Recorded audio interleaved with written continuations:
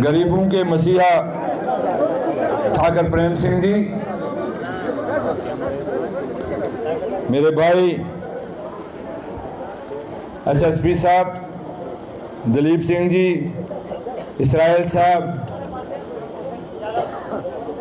अगर मुझे माफ़ करेंगे तो सबका इज्तिमाई तौर पर नाम ले लूँ, जितने भी स्टेज के ऊपर साथी हैं और सबसे ज़्यादा जो यहाँ पर तशरीफ़ लाए हुए हमारे साथी हैं, हमारी बहनें हैं, नौजवान साथी हैं, सबको मेरा अस्सलाम वालेकुम अदाबर्स। प्रेम सिंह जी और हमने पहले भी बहुत काम किया है। किसी वक्त ये जो नेशनल कॉन्फ्रेंस का झंडा था हम लोगों के हाथ में होता था। ये ब्लॉक प्रेसिडेंट थे और मैं ज़िला सदर था, लेकिन जो लुत्फ़ और जो दिल की आवाज़ आज प्रेम सिंह जी ने बोली, मैं वाकई उससे बहुत मुतासर हुआ हूँ, बहुत ज़्यादा मुतासर हुआ। ये वही आदमी बोल सकता है जो दर्द दिल रखता हो, जो दर्द दिल महसूस करता हो। इसमें संन्यास लेना पड़ता है सियासत में कहीं ना कहीं। अगर हम संन्यास ना लें तो हम गरीबों का काम और गरीबों की आवाज़ नहीं उठा सकते।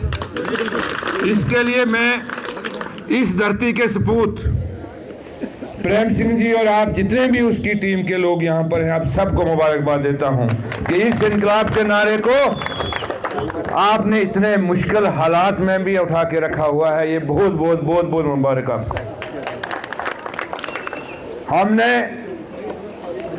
प्रेम सिंह जी की तकरीर के बाद मुझे लगता है मुझे करनी नहीं चाहिए थी, क्योंकि जितनी बात हुई वही हर एक के दिल की आवाज़ है,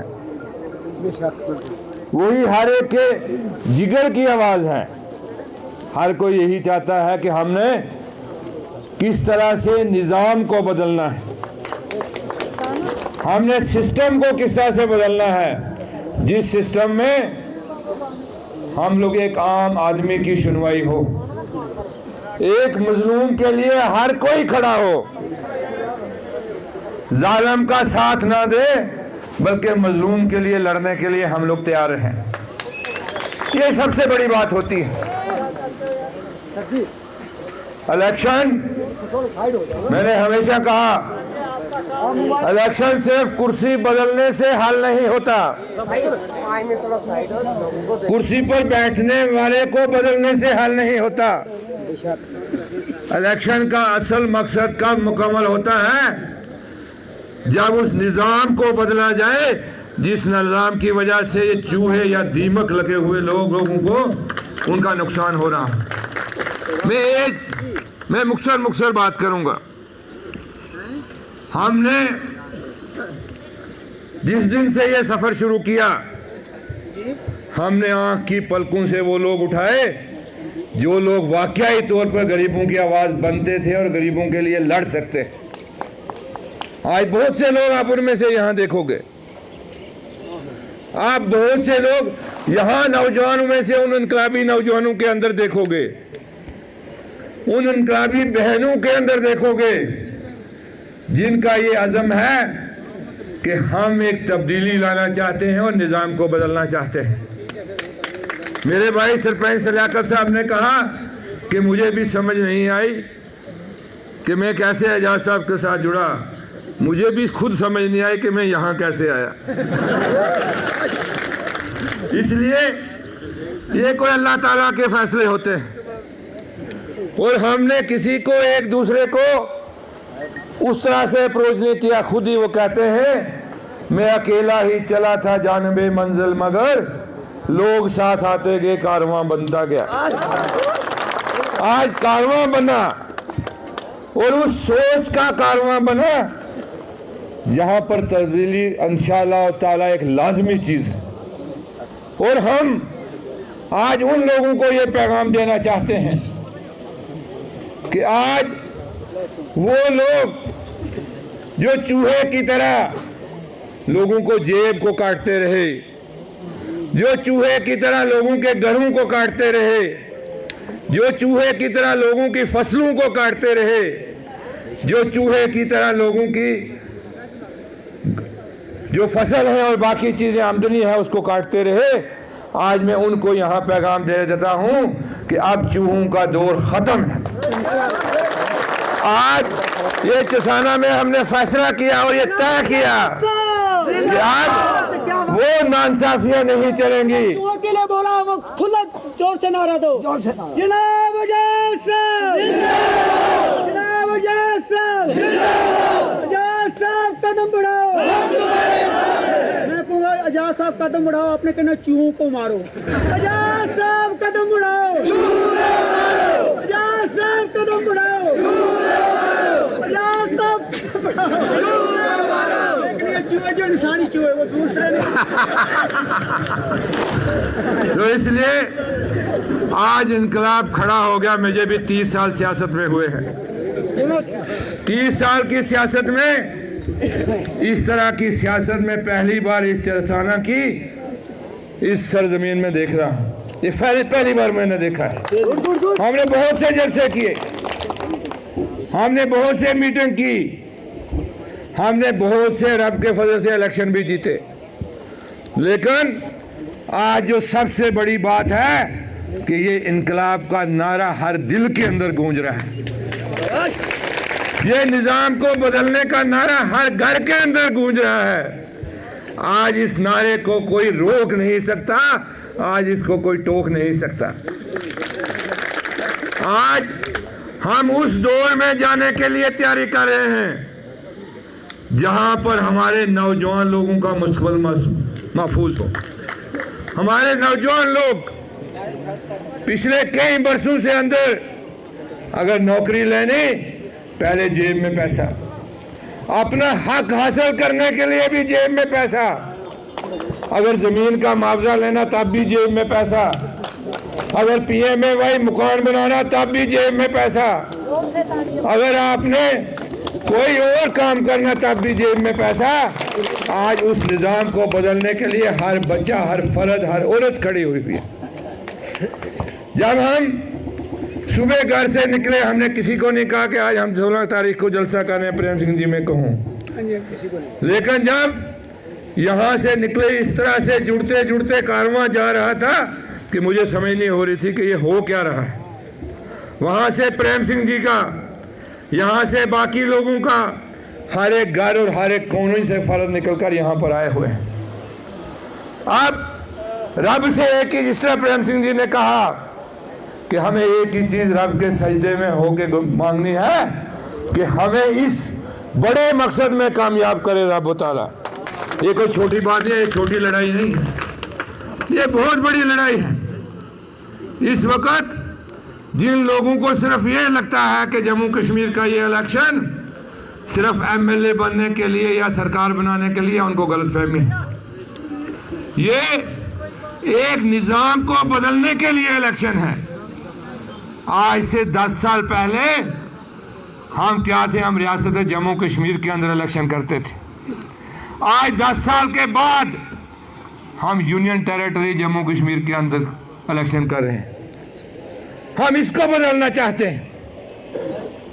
आज से 10 साल पहले हमारे लोग जमीनों के मालिक थे, चाहे वो स्टेट लैंड हो, चाहे फॉरेस्ट के अंदर उनके हकूक हों, चाहे घास चराई के अंदर लोगों के हकूक हों। आज उन तमाम चीज़ों से हम लोग मालूम है, हमें बेदखल कर दिया गया है। ये बहुत बड़ी लड़ाई है और इस लड़ाई को लड़ने के लिए 10 साल का जो फर्क था, ये बहुत बड़ा फर्क है। 10 साल पहले जो बच्चा 18 साल का था, आज वो बच्चा कितने साल का है? आज 30 साल का है। आज उसके आगे 4 बच्चे हैं। आज उसने अपने बच्चों का, वो अपने मुस्तकबिल के बारे में सोच रहा था, आज वो अपने बच्चों के मुस्तकबिल के बारे में सोचना पड़ रहा है। जो लोग 30 साल 2014 से पहले थे 30 साल की उम्र में, आज वो ओवर एज के उस दहाने पे खड़े हैं जहां से उनके बाद उनका कोई मुस्तकबिल नहीं। एक वक्त था यहाँ पर इस चसाना बेल्ट के अंदर हमारी माशी हालत इस तरह से थी कि कम से कम हमारा गुजारा बिजनेस इस तरह अखरोट, शहद और बाकी चीज़ें जो हैं उनको बेच के गुजारा हो जाता था। लेकिन आज जो टैक्स लगे हुए हैं हम पर, आज उसके ऊपर भी हमने टैक्स देना है। आज हमारा घर उतना महफूज नहीं है, आज हमारी आमदनी उतनी महफूज नहीं है। आज जब हमारा मजदूर हिमाचल और पंजाब में मजदूरी करने के लिए जाता है, मैंने ज़िंदगी में पहली बार देखा कि उस मजदूर को ऊपर भी जीएसटी टैक्स देना पड़ता है। ये एक ऐसा निज़ाम है जिसको बदलने की ज़रूरत है, और इसको बदलने के लिए तभी हो सकता है जब एक मजबूत असेंबली जम्मू कश्मीर के अंदर आए और रियासत जम्मू कश्मीर बहाल हो, तब तक इन मामलात को हल नहीं किया जा सकता। आज हमारे बच्चे किसी वक्त चसाना में 10th पास और 12th पास भी RET लगते थे, लेकिन आज रिक्रूटमेंट का, एम्प्लॉयमेंट का वो निज़ाम है कि हमारे बच्चे और पोस्ट ग्रेजुएट और PhD होने के बावजूद भी नौकरी हासिल नहीं कर सकते। इन सब चीज़ों को महफूज करने के लिए लड़ाई लड़नी है। जब इस इलेक्शन के ज़रिए हम इस बड़ी लड़ाई में अंदर घुसने के लिए तैयार होना चाहिए। मैं अपने साथियों से कहूँगा जितने यहाँ पर हैं, आज सिर्फ वर्कर साथी यहाँ पर आए, आज जनरल अवाम को हमने दावत नहीं दी यहाँ पर। मैं तमाम साथियों से कहूँगा कि लीडर कौम बनाती है, लोग बनाते हैं। लीडर को बनाने वाले लोग और कौम हैं। कौम और लोग, लीडर आंख और बाजू होते हैं। अगर कौम लीडर को सही रास्ते में ले जाए तो लीडर कभी गुमराह नहीं हो सकता।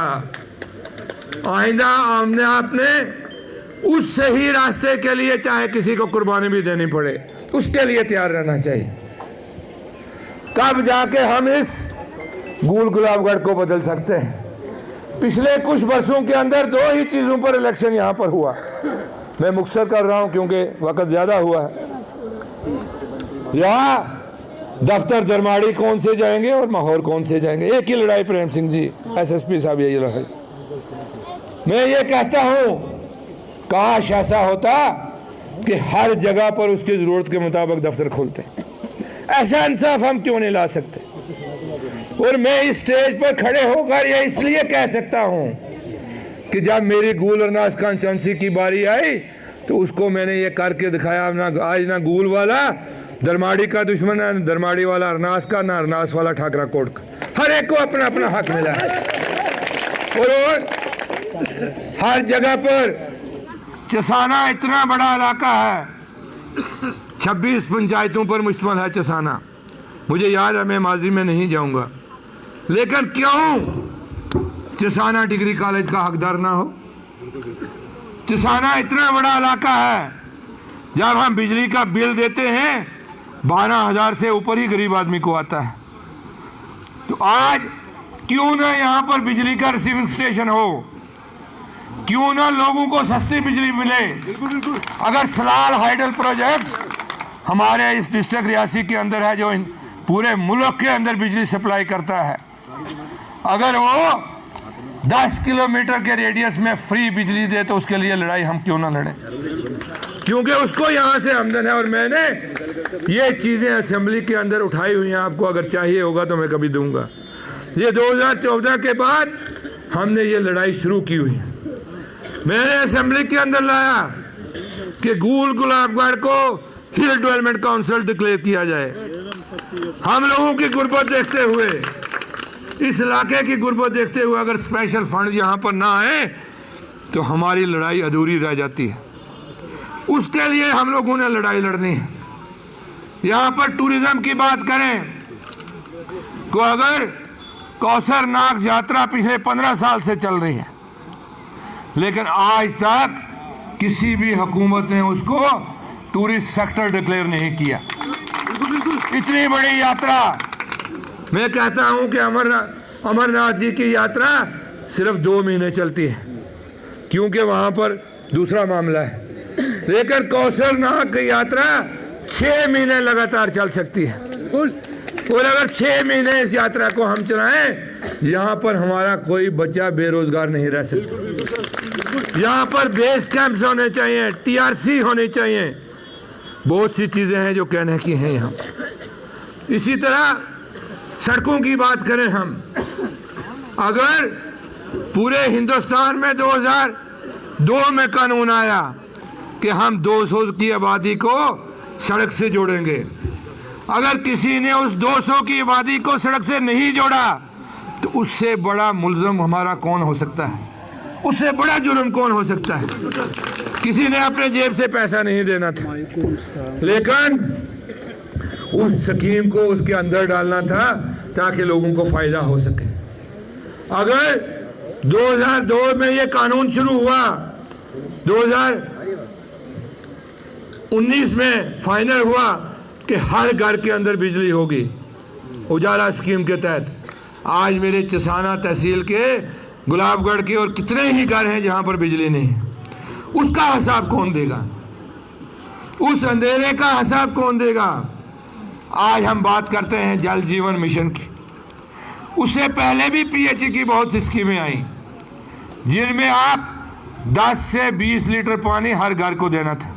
आज तो जल जीवन मिशन में 40 लीटर पानी देना, लेकिन आज भी बहुत से ऐसे मोहल्ले हैं जहां पर 10 या 20 लीटर पानी क्या, वहां पर 2 लीटर पानी हाथ मुंह धोने के लिए पानी नहीं है। इस सब का जुर्मदार कौन होगा। इस हिसाब को हम किसी की जात के खिलाफ नहीं है, हम उस निजाम के खिलाफ हैं जिस निजाम की वजह से ये चीजें हकदार तक नहीं पहुंच सकी। उस निजाम के खिलाफ हम लड़ाई लड़ रहे हैं, हम किसी की जात के खिलाफ नहीं लड़ रहे।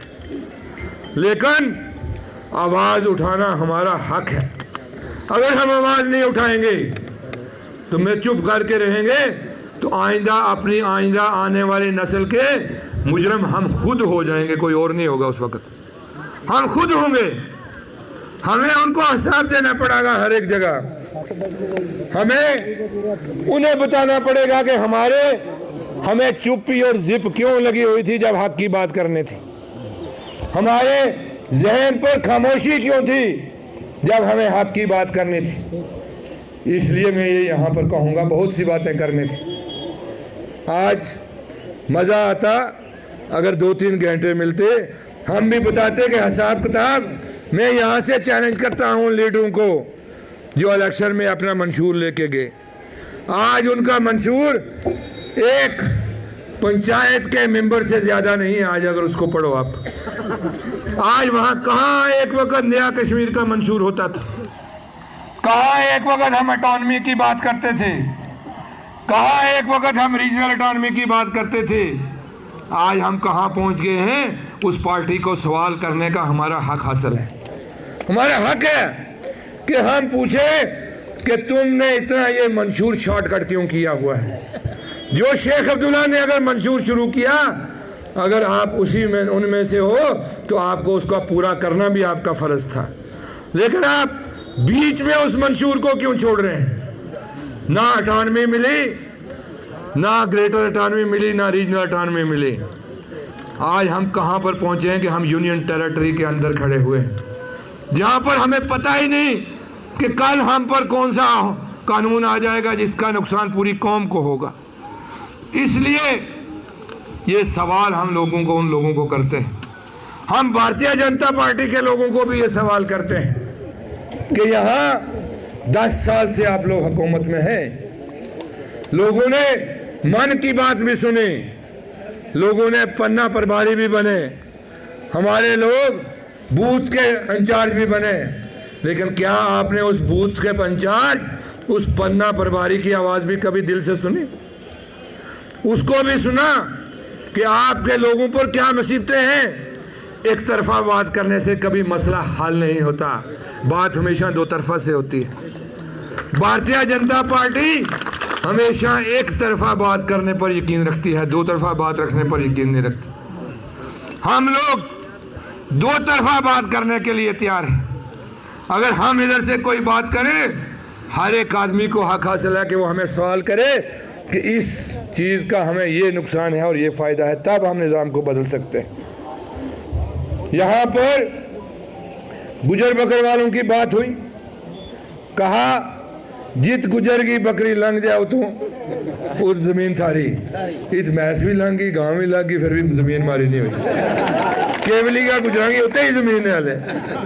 तो इसलिए जब आदमी के कौल और फेल में तजाद हो, जब आपके बात करने और उसको अमलाने में तजाद हो, तो वो पार्टी कभी हुकूमत की हकदार नहीं हो सकती।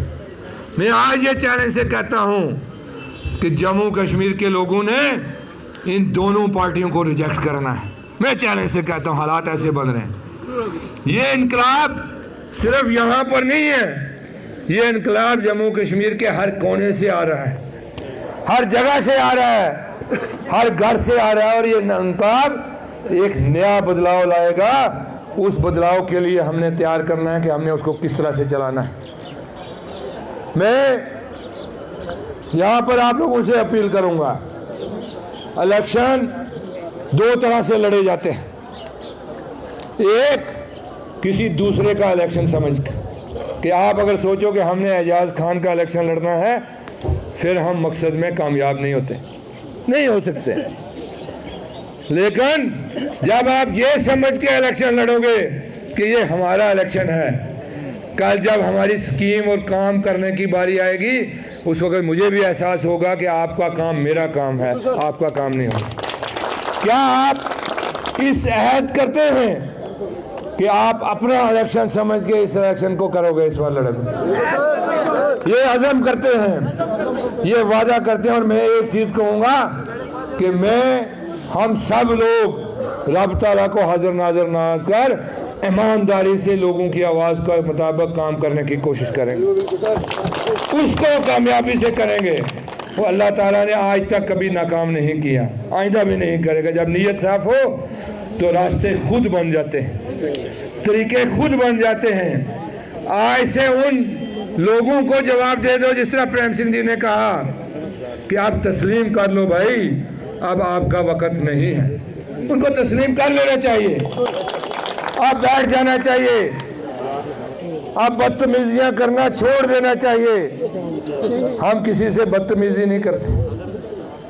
आप बात लोगों को धमकाना बंद कर देना चाहिए। अब कोई आपको सुनने के लिए तैयार नहीं है। बहुत से लोग, मैं यहाँ पर वसूख से कहता हूँ, पोलिंग स्टेशन तक उनके साथ जाएंगे, लेकिन पोलिंग स्टेशन के अंदर वो गैस सिलेंडर पर मोहर लगाएंगे। मुझे इस चीज़ का यकीन है। बहुत से लोग होंगे, ऐसा दौर आएगा, एक इनकलाबी दौर होगा इस गुलाबगढ़ कॉन्स्टिट्यूंसी की उस तारीख के अंदर। तभी मैंने जब शुरुआत की थी, मैंने कहा ये 77 का एक दौर शुरू होने वाला है। आज गुलाबगढ़ के किसी कोने से, कंदौला से लेकर आप दगन टाप तक, मतलोद से लेकर माजरा कुंड तक एक ही आवाज़ चल रही है, चाहे कहीं भी हो, कि हमने बदलना है, बदलना है, बदलना है। मैं आप सब लोगों का बहुत मशकूर हूँ, प्रेम सिंह जी का, बाकी जितने साथी यहाँ पर हैं, एसएसपी साहब का ख़ास तौर पर, अपने इसराइल साहब का, बाकी जितने भी दिलीप सिंह जी हैं, बाकी लोग जितने यहाँ बैठे हैं, बहुत से लोगों ने बोलना था। और इतनी कीमती बात करने वाले लोग यहाँ मौजूद हैं। मैं कहता हूँ, हमारे नौजवान, जब मैं इलाके में था, प्रेम सिंह जी इतनी वज़नदार बात करते हैं कि किसका कोई जवाब ही नहीं।